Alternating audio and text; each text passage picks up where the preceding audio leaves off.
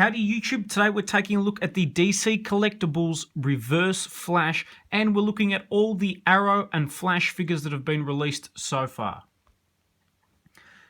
This particular figure, I'm reviewing and redoing the review, I should say. I did upload it. For some reason in the process there is some audio issues, and when I try and re-upload the video, there's just audio problems and inconsistencies. So to try and fix that, I'm doing a completely new review. But to give you guys something different, as well as talking about this guy, I'm going to bring in all the other Arrow and Flash figures that I've got in my collection, which is pretty much all the ones that have been released. So we'll break it down. We'll start by taking a look at this guy, the Reverse Flash. Definitely my favorite of the figures, at least the ones that we've gotten this year. Really cool design. Love the character in the show. This particular figure has a ton of detail. Hopefully you guys can see that. Nice detailing on the back. I love the two-tone color scheme. I think it looks outstanding. Taking a look at the front too. In the actual show, I really loved him as a villain. The promo that got me into the Flash was the one where he's fighting Flash in the stadium. It had the really epic, dramatic, opera-type music. They're chasing after each other. They go head-to-head. What sold me on the Reverse Flash is the scene where he's talking to Barry. His face is vibrating, and he just has that sinister, Joker-esque kind of grin that really made me think, shit, this guy is a good villain. In terms of detailing on the figure, the paint apps are fantastic. It's got this great texturing to it where you can see the detail of the suit and everything like that. The face scan, it is what it is, to be honest with you. I can't really comment if it looks like Harrison Wells or not because it's got the mask on, and I guess that is the point. Definitely as a Reverse Flash figure, it is very cool. I'd love them to release another version of this guy with the, I don't know how you would do it, admittedly, but the vibrating head, that evil face scan, that would be great. Having said that, I'm really excited to see Zoom as well. Loving him in Season 2. In terms of articulation, ball-jointed head, ball-jointed arms, swivel in the hand, ball-jointed elbows. He's got, and this is one thing I really love that they don't always do with their figures, but DC Collectibles nailed it here. He's got a ball-jointed chest and then a swivel waist, so you get a ton of articulation in there, which I really like. He's got the unique leg swivel, swivel in the thigh, double bend at the knee, swivel in the boot, and swivel in the ankle. So your standard range of DC Collectibles articulation with the added, normally they either do one or the other, the chest or the waist. In this one we've got both, so that makes me pretty happy. Very cool figure, highly recommended. So next up, it's only fitting that we get the Flash in here. This is a really cool figure too. I love the suit design for the show. I'm a big fan of the actor that plays Barry Allen as well. I think they're doing a really good job with the Flash. It hasn't teetered off as much as, say, Supergirl, Legends of Tomorrow, or Arrow from Season 3 onwards. So that's a good thing. We'll see, if there is a Season 3, how things progress with the Flash and what happens there. In terms of the actual figure itself, again, lots of great detail. I love the suit design. It's got sort of that 30s noir type feel to it and appearance. Kind of sleek, kind of retro-y. I really like it. The face, to me, that does look like Barry Allen.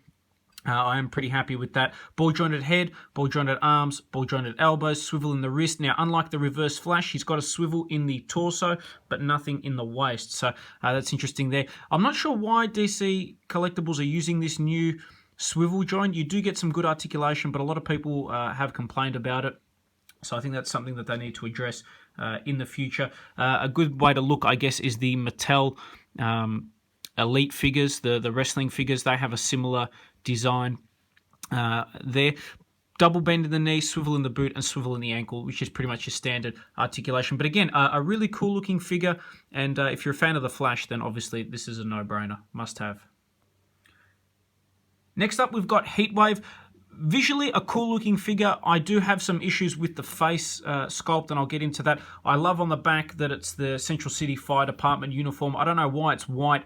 I would have preferred they used the Firefly from Arrow Season 1 design, the iconic US red and yellow and black fire attire. That to me, I think would have looked a lot better. There he is with his heat gun as well. Looks pretty cool. In Legends of Tomorrow, I think he's not bad. I did prefer him in The Flash. In terms of the actual figure itself, the only really problem I have is the face scan. To me, that does not look a lot like the actor that plays him, and I guess they disguise that by having the goggles, I suppose. I mean, the hair is the same, yes, but there's just something about the face that to me seems a little bit off. But other than that, the figure itself is not too bad. All right, next up we've got Captain Cold. This one is definitely a standout figure, one of the better ones that we've gotten. You can take the hoodie off to reveal the face scan. Again, same sort of thing where maybe for licensing issues they've tried to sort of disguise the face to get around that. But this one at least I think looks like Captain Cold from the show. He does have a little bit less articulation, mainly the absence of the swivel waist. But other than that, the detail on him is quite nice. I love the detail on the hoodie, the snow hoodie there. I think that looks pretty nice. The gun as well looks great. There's some nice texturing and detail on that. If you're a fan of Captain Cold, then yes, it's worth picking up. If you're not that big a fan of the Flash, then you can give it a miss. If you love Prison Break, then you should get this guy. Pretty solid looking figure and a good one to add to your collection.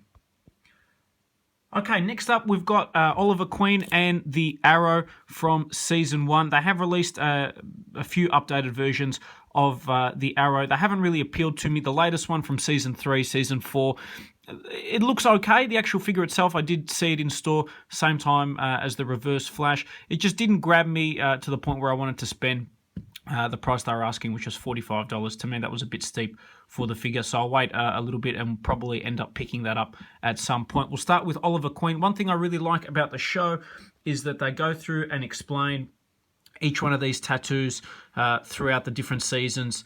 I think that's a really good plot idea, just giving everything a little bit of purpose. In terms of accessories, he comes obviously with his bow and arrow. Visually, I mean, it's an okay figure. I think they did a good job with the face scan for what it is. Again, it's not perfect, but it's not terrible. The figure, the leg joint in this, you can definitely see where some people get a bit upset just with the gaps in the legs and things like that. So honestly, you could probably give this one a miss, to be completely honest.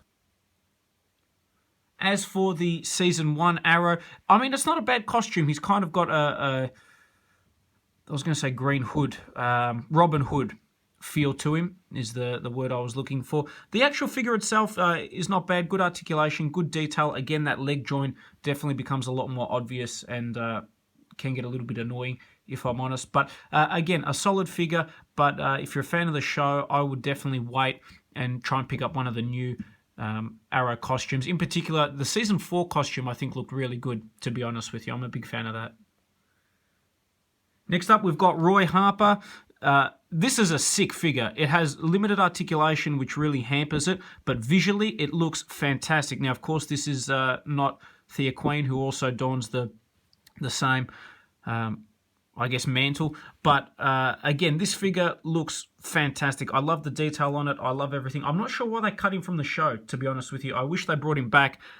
I thought he was a great sidekick, and I'm hoping they bring him back for Season 4. That would make me happy. Lots of great detail on the pants. The red and black color scheme is fantastic. The hood can come off, but you're going to really have to work and probably end up busting it to do so, so I won't do that for you guys. The only thing that is bad about this figure is the limited articulation. You've got nothing basically in the torso. The legs and arms do move. You get very limited in the head as well because of the hoodie. Apart from that, though, a pretty awesome figure, and just from a visual point of view, I think it's well worth picking this guy up. Next up, we've got Sarah Lance, or the Canary. I really like this figure. Honestly, I think they did a good job with it. It looks like her. The costume design is really good. The detail on the hair, I think, is really good. I can't complain too much about this figure. One thing I do want to get is the Laurel Lance Canary, and skip ahead 10 seconds if you want to miss the spoiler, but the spoiler is now. I was really upset that they killed off Laurel. That upset me a fair bit. I was really liking her as the Black Canary. In terms of the figure, how did it get spoiled for me? How did I find out she was the Black Canary? Was it through watching the show? No, it was through the pre-orders. Looking through the pre-orders for the upcoming DC Direct and DC Collectibles figures, they had Black Canary and then in brackets Laurel Lance. And when I saw that, I was like, why would you give that away? A really silly decision that kind of ruined most of Season 3, or one of the big spoilers or surprises of Season 3, if you will. This, though, is a solid figure. I'm interested to see if they do any Legends of Tomorrow figures and just give us a white variant of this. But yeah, a really cool character and great figure.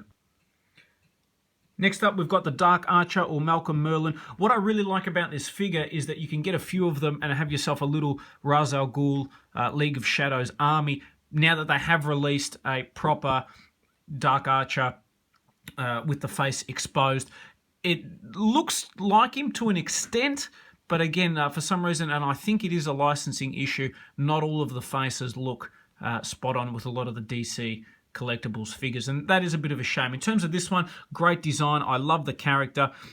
He's just evil, but they find ways to make him really interesting. The actual Dark Archer himself in Season 1, I thought was a great villain, like a Ra's al Ghul ripoff, and then how they developed that story, I think it's a really cool character, and definitely a really cool figure. This one is a must-have, I think.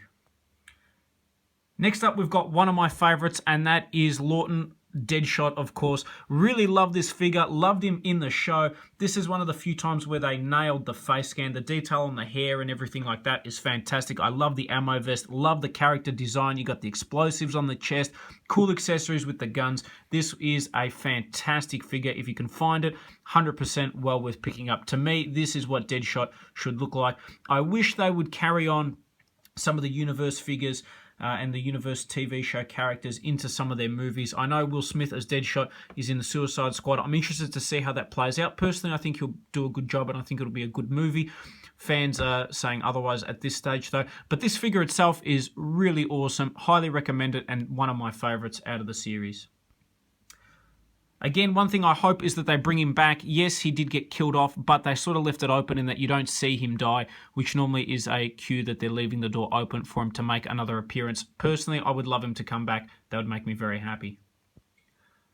Last but not least, we've got my two favourite characters that they've released, or two figures I should say, and that is, of course, Deathstroke. You've got Billy Wintergreen on the right. You've got the iconic Slade Wilson on the left. Love the costume design.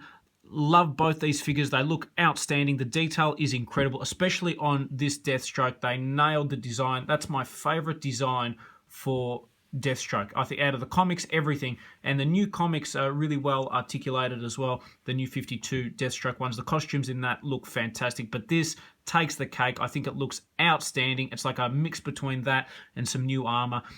The best season by far was Season 2. If you're not a fan of Arrow or The Flash, just watch Season 2, and no doubt you'll enjoy that. Just as a standalone season, it was outstanding. A really cool figure. If you want to fix the show going forward and make it exponentially better, bring this guy back. That's all you have to do. A really compelling character, a really cool figure, and I hope you guys have enjoyed this review on my Arrow and Flash collection.